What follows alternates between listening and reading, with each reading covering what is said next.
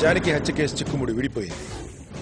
Assistant డైరెక్టర్గా పనిచేస్తున్న వినోద్ ప్రేమించిన హరిణి కోసం జానకిని హత్య చేశాడు. కానీ హరిణి వినోద్ని కాదనడంతో తన మనసులో దేవతలా గుడి కట్టిన హరిణిని కూడా ఆవేశంతో అవివేకంగా చంపేశాడు. కటకటాల పాలయ్యాడు.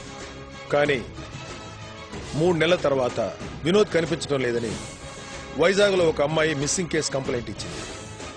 ఆమె వినోద్ భార్య ప్రియురాల. ఇంతకీ ఎవరా అమ్మాయి?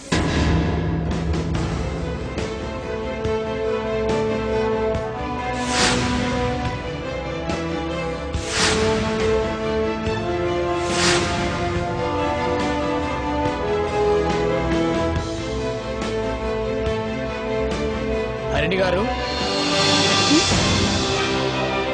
సార్,